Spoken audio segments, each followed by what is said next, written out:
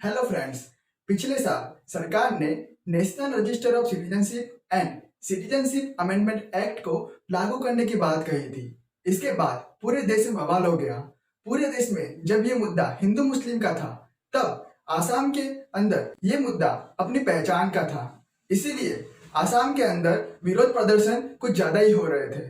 उसके बाद सरकार को पिछले साल जुलाई में एक कमेटी को गठन करने की जरूरत पड़ी।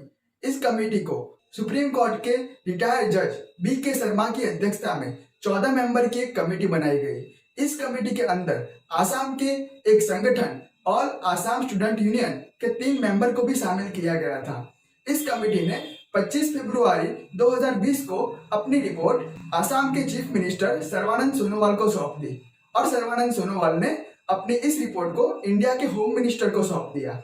लेकिन 5 महीने होने के बाद भी इस रिपोर्ट पे कोई एक्शन नहीं लिया गया और इसीलिए कल ऑल आसाम स्टूडेंट यूनियन के 3 मेंबर ने इस कॉन्फिडेंशियल रिपोर्ट को पब्लिश कर दिया। बांग्लादेश से हो रहे इलीगल इमिग्रेशन की वजह से आसाम के अंदर 1979 से लेकर 1985 यानी कि 6 साल तक आंदोलन हुआ। इस आंदोलन की अगुवाई वहां के एक संगठन ऑल आसाम स्टूडेंट यूनियन ने की। इस एजिटेशन की वजह से 1985 में वहां की सरकार यानी कि आसाम की स्टेट गवर्नमेंट, केंद्र सरकार और ऑल आसाम स्टूडेंट यूनियन के बीच में एक समझौता हुआ जो आसाम अकॉर्ड के नाम से जाना गया।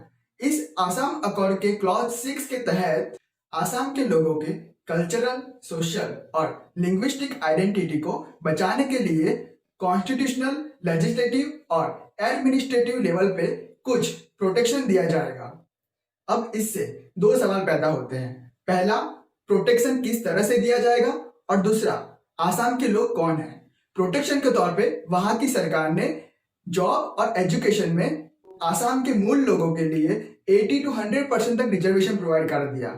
अब ये हर एक राज्य सरकार का अपना हक है कि वो अपने लोगों के लिए कोई स्पेशल प्रोटेक्शन लॉ बना सकता है। सबसे मेन दूसरा सवाल है कि आसाम के लोग है कौन। जो आसाम की मुख्य लैंग्वेज आसामीज लैंग्वेज को अपनी फर्स्ट लैंग्वेज के तौर पे उपयोग करने वाले को क्या आसामीज बोला जाएगा? नहीं, क्योंकि आसाम के कुछ ट्राइबल्स लोगों की अपनी अलग लैंग्वेज है और इस वजह से हम भाषा को वहां की पहचान के तौर पे नहीं ले सकते। अब जिन लोगों को आसाम के क्लॉज 6 का बेनिफिट नहीं मिलेगा, क्या हम उनको माइग्रेंट करार कर देंगे? और हाँ, इस माइग्रेंट लोगों को क्या हम वहां से निकाल देंगे या इस क्लॉज 6 का कुछ बेनिफिट उनको भी मिलेगा? सारी डिबेट इसी मुद्दे पे है।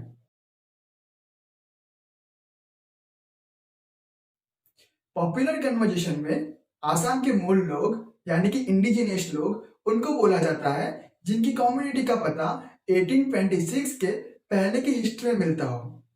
इसी साल अंग्रेजों ने आसाम को ब्रिटिश इंडिया में मिलाया था। उसके बाद बंगाल से वहां बहुत माइग्रेशन हुआ। आजादी के बाद भी यह माइग्रेशन चलता ही रहा और 1979 से लेके 1985 तक जो आसाम में आंदोलन चला, उस आंदोलन की मुख्य वजह भी यही थी क्योंकि आसाम के लोगों को लगता था कि बाहर से आ रहे यानी कि बंगाल से आ रहे हिंदू और मुस्लिम वो वहां की मूल आबादी के हक छीन लेंगे।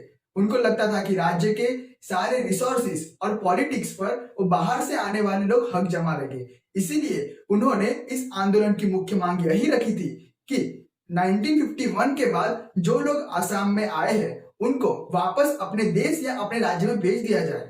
लेकिन जब यह अकॉर्ड साइन हुआ तब ये डेडलाइन को बदल दिया गया। 1951 की जगह 1971 को एक डेडलाइन के तौर पे रखा गया, यानी कि 1971 के पहले से जो आसाम में रह रहे हैं उनको आसाम का मूल लोग मान दिया जाएगा। और यही तारीख पिछले साल आए हुए एनआरसी का बेस थी।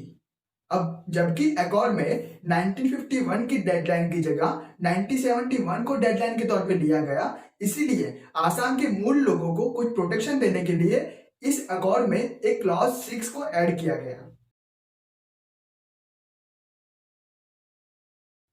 आसाम के मूल लोगों को बंगाल से आ रहे हिंदुओं और मुस्लिमों से खतरा महसूस हो रहा था और इसी वजह से 1985 तक उन्होंने आंदोलन भी किया था। लेकिन पिछले साल केंद्र सरकार ने सिटीजनशिप अमेंडमेंट एक्ट को पार्लियामेंट में लागू किया और इसी वजह से बंगाल से आ रहे हिंदुओं को नागरिकता पाना आसान हो गया और इसी वजह से पिछले साल आसाम में हिंसक आंदोलन हुए और इसी को मद्देनजर रखते हुए केंद्र सरकार ने एक हाई लेवल कमेटी का गठन किया और इसी कमेटी की कॉन्फिडेंशियल रिपोर्ट को ऑल आसाम स्टूडेंट यूनियन के 3 मेंबर ने पब्लिश कर दिया।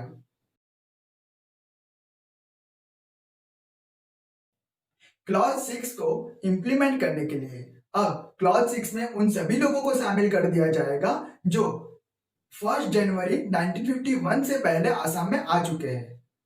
इसको शॉर्ट में समझते हैं।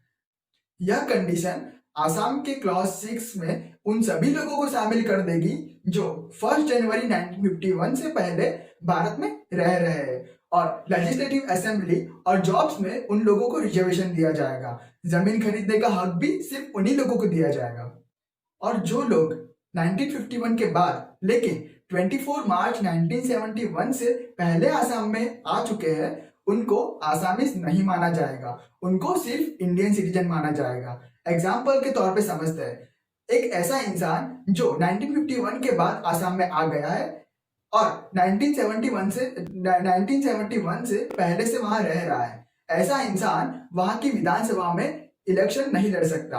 हाँ, लेकिन वो वोट दे सकता है।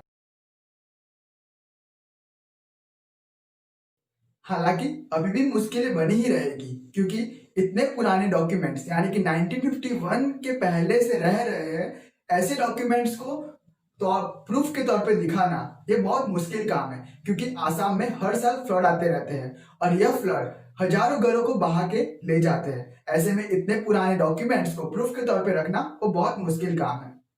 राज्य और केंद्र सरकार के लिए सबसे बड़ा मुद्दा यह है कि क्या इस कमिटी ने जो रिकमेंडेशन लागू करने की बात कही है, क्या ये जुडिशियल स्क्रूटिनी के सामने टिक पाएगी। इसके अलावा इस कमेटी के रिकमेंडेशन को लागू करने से वहां हिंसक आंदोलन भी हो सकता है। शायद इसी वजह से 5 महीने हो जाने के बाद भी केंद्र सरकार ने इस पर कोई फैसला नहीं लिया है। अगर आपको मेरा यह वीडियो पसंद आता है तो वीडियो को लाइक करें और शेयर करें और चैनल को सब्सक्राइब करें। इस वीडियो के रिलेटेड अगर आप भी कोई सुझाव देना चाहते हैं तो प्लीज कमेंट करें।